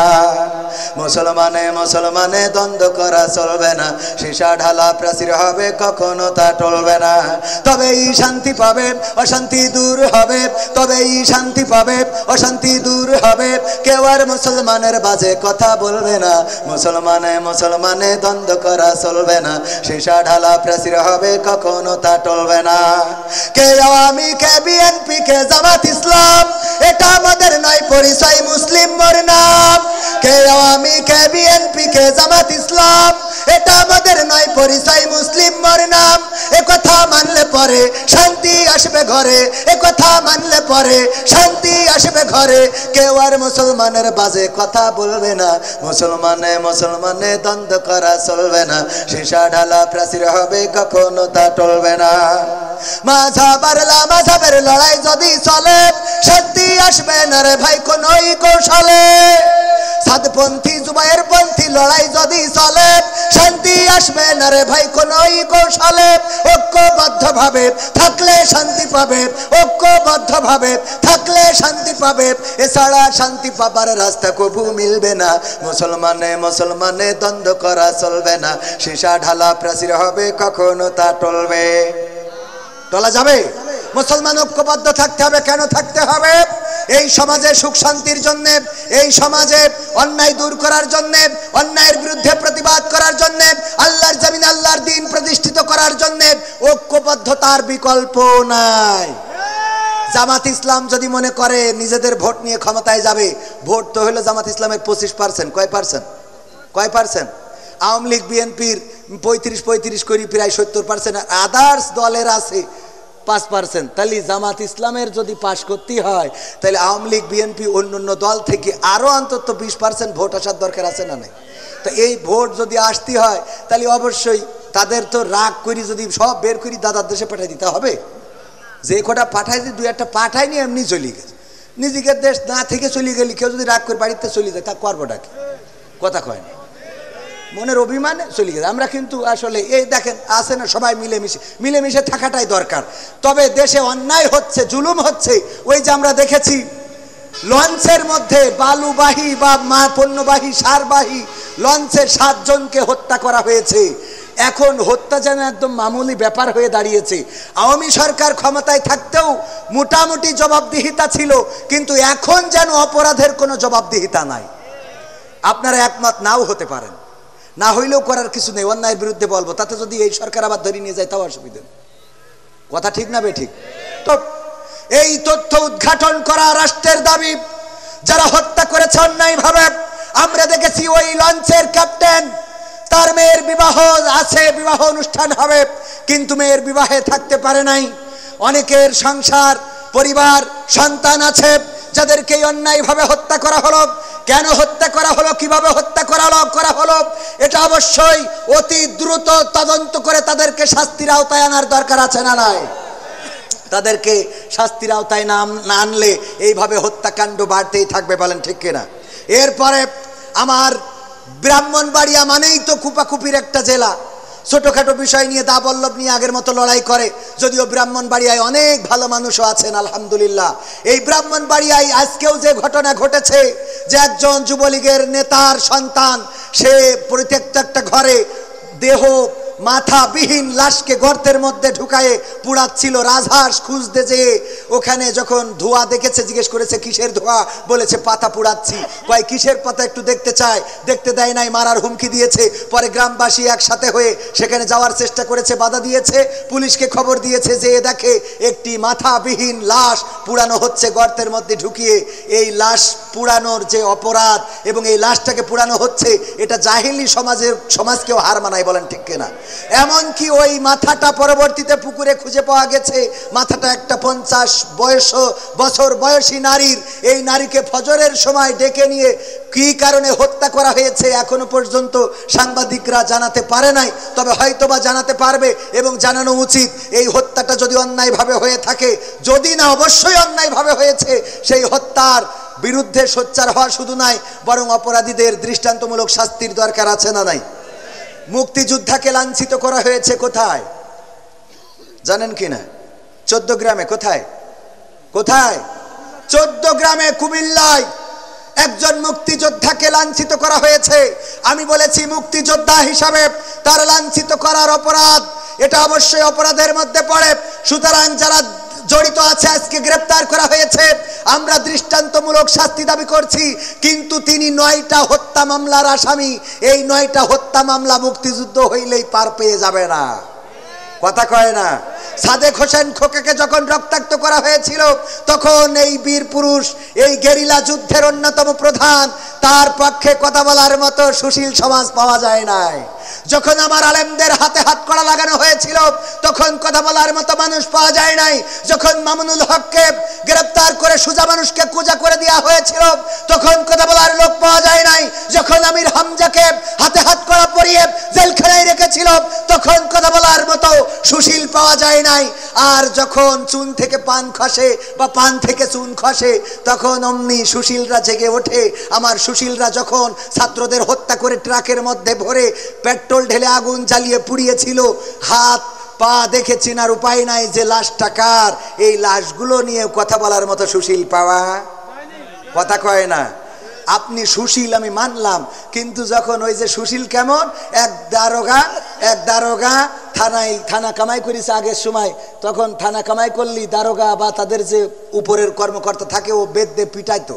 তো এই জন্যই জানে যে পিটাবে, পিছনে বস্তা বাইন্ধে নিয়ে তারপরে গেছে যে পিঠান যা দেবে বস্তার পরে। তো এখন যেই বলছে স্যার আমি তো একটু বউ নিয়ে পিকনিক করতে গেছিলাম, তো এই জন্য দেরি হয়ে গেছে। কয় তোর 100 বেত্রাঘাত। বললি বেত মারা শুরু করেছে, ও তো জানে অসুবিধে নেই। ও বাস্তা বেঁধে নিয়ে গেছে 2-3টে, হয়েছে সালার বাস্তা। ওই নিয়ে এখন এই বাস্তা তো বেঁধেস কায়দা করি, এখন যেই একটু সাইড সুইডি পড়ে, যেই উপরে পড়ে কয় স্যার একটু নিচে করি মারেন স্যার। এবার যেই নিচে পড়ে কয় স্যার একটু করি উঁচু করি মারেন স্যার, স্যার একটু ডানির দেখি সাফাই মারেন স্যার, স্যার একটু বাদ দিক, মানে ওর বাস্তার পরে পড়তে হবে। কথা কি বোঝা গেছে? কথা বোঝেননি? তো আমাদের কাজ হলো বাস্তার পরে পড়া লাগবে। হুজুর ডানি বলেন, বাই বলেন, বাই বলেন। হ্যাঁ, আমার কথা হলো বাস্তার পরে পড়লে হবে না। সুশীল হলি কায়দা মতো সব জায়গায় সুশীলগিরি দেখাইতে হবে। সুশীলগিরি সব জায়গায় দেখাই না বলে এই সমাজের অপরাধ কমছে না, বলেন ঠিক কিনা? আমরা তারা যারা জুলুমের বিরুদ্ধে প্রতিবাদ করি, নাটোরে মন্দিরে হামলা হয়েছে, বলা হচ্ছে যে ডাকাতরা ছিনতাই করতে যে হামলা করেছে একজন, সেখানে থাকা প্রতিবন্ধী মানুষ বা মানসিক চাহিদা সম্পন্ন মানুষ, তাকে হত্যা করা হয়েছে। আমি ব্যক্তিগতভাবে তার বিচার চেয়েছি এবং এটার বিচার করতেই হবে, বলেন ঠিক কিনা? কারণ আমার দেশে মন্দিরে হামলা হবে এটা আমরা মানব না। আমাদের ইসলাম এটা শেখায় নাই, আমাদের রাসূল এটা শেখায় নাই, আমাদের ধর্ম এটা বলে না। বরং আমাদের ধর্ম বলেছে যার ধর্ম সে তার কর্ম করবে, এতে কোনো আপত্তি। আমরা দাওয়াত দিতে পারি কিন্তু তাদের উপরে জুলুম করতে পারি না। আমরা তাদের কাছে দাওয়াত নিয়ে যেতে পারি, কিন্তু বাধ্য করতে পারি, এটার নাম ইসলাম। আর এই ইসলামের কথা যারা বলে তাদের নিয়ে এত চুলকানি, এত ষড়যন্ত্র, এত ডানে বামে কথাবার্তা কেন? মালাই ভাষায় একটা গজল বলেন, মালাই ভাষায় গজল বলা লাগবে এখানে।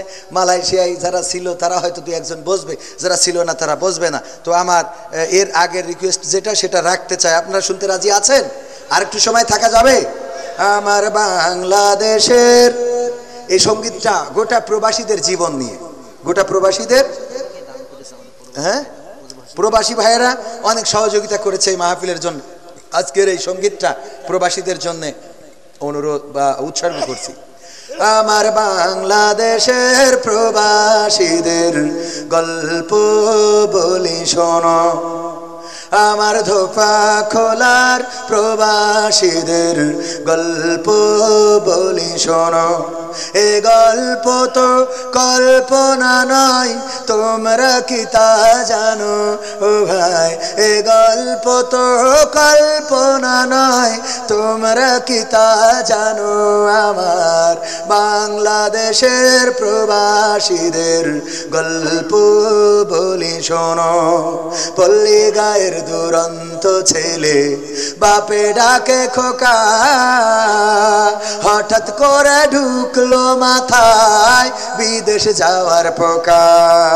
রোগে শোকে ক্লান্ত পিতা খাটার নাই উপায়, বেকার ছেলের এমন কথায় বাবাও দিল সাই। ক্ষেতের জমি হালের গরু বিক্রয় করে দিয়ে বাকি টাকা করলো পূরণ মায়ের গহনা নিয়ে। অনেক আশা বুকে বেঁধে ছাড়লো যখন বাড়ি, সে যে কি বেদনা বিধুর ছিড়লো যেন নারী। মায়ে কান্দে, ভাইয়ে কান্দে, কান্দে আপন জন, চোখের জলে বুক ভেসে যায়, শক্ত করে মন। এমন মানুষ কোন সে জনাব, এমন মানুষ কোন সে জনাব, তোমরা কি তা জানো? আমার ধোপা খোলার প্রবাসীদের গল্প বলি শোনো, আমার যশোর জেলার প্রবাসীদের গল্প বলি শোনো। বিমানেতে বসে খোকা জানালারি পাশে, নীল আকাশে তাকিয়ে দেখে মায়ের ছবি ভাসি। আঁচল দিয়ে চোখ মুছে মা প্রভুকে যে বলে, আল্লাহ তুমি ভালো রেখো আমার কোলের ছেলে। খোকা যে ছিল মা জননীর কলিজারি বোটা, ভাবতে সব চোখ ভিজে জল পড়লো ফোঁটা ফোঁটা। এমন মানুষ কোন সে জনাব, এমন মানুষ কোন সে জনাব, তোমরা কি তা জানো? আমার ধোপা খোলার প্রবাসীদের গল্প বলি শোনো, আমার যশোর জেলার প্রবাসীদের গল্প বলি শোনো। নদ নদী আর সাগর নগর দিয়ে খোকা পাড়ে পৌঁছালো যে অতি সাধের বিদেশের বাড়ি। অনেক কষ্টে মিলল খোকার এমন একটা কাজ, হাড় ভাঙা খাটুনি তাতে সকাল দুপুর সাজ। রোগে শোকে কাজ করে যায়, করে না অবহেলা, আকাশ সমান স্বপ্ন দেখে কাটিয়ে দেয় বেলা। মা জননীর সাথে যখন খোকা কথা কয়, বলে বাবা কেমন আছো জানতে ইচ্ছা হয়। মাগো আমি ভালো আছি, মাগো আমি ভালো আছি, দুঃখ নেই তো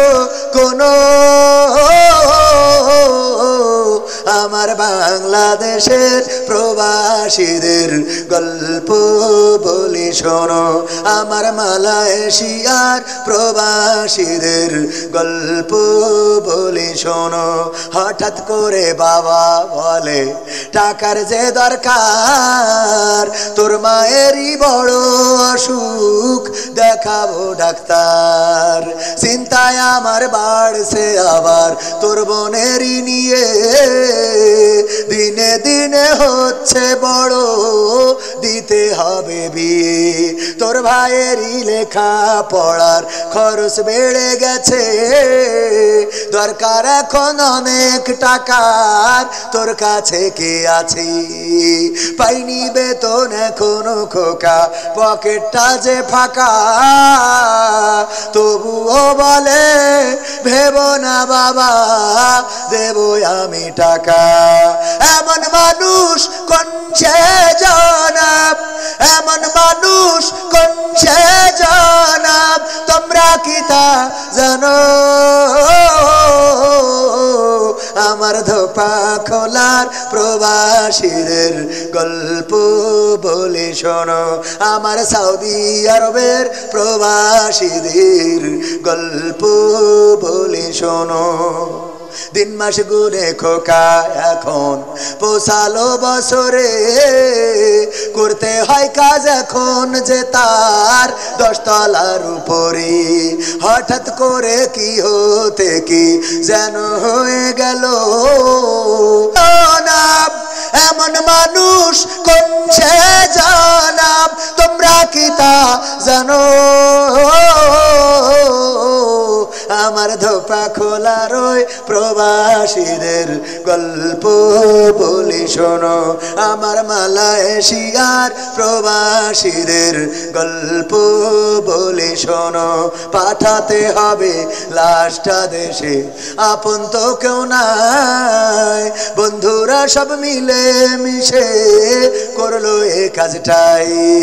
শুনে এ খবর মা জননীর সে কি আহাজারি, তার কান্দনে আকাশ বাতাস হচ্ছে যে ভাই ভারী। অবশেষে খোকার কফিন পৌঁছালো যে বাড়ি, ভাই বোনার গায়ের স্বজনের সে কি আহাজারি। মা জননী কেঁদে বলে ওরে আমার ছেলে, বিদেশ থেকে কোন দেশে তুই গেলি আবার চলে। মাগো আমি সুখানিতে, মাগো আমি সুখ কিনিতে জীবন দিছি জানো, আমার ধোপা খোলার ওই প্রবাসীদের গল্প বলি শোনো।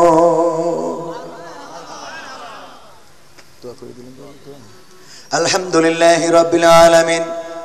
রব্বানা যালামনা আনফুসানা وإن لم تغفر لنا وترحمنا لنكونن من الخاسرين.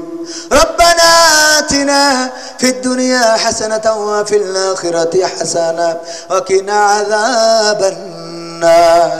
وقال গভীর রাত তোমার বান্দারা ধোপা খোলার স্কুল ময়দানে চেয়ে দেখো হিলফুল ফুজুর। يا نفس إن لم تظفري لا تجزعي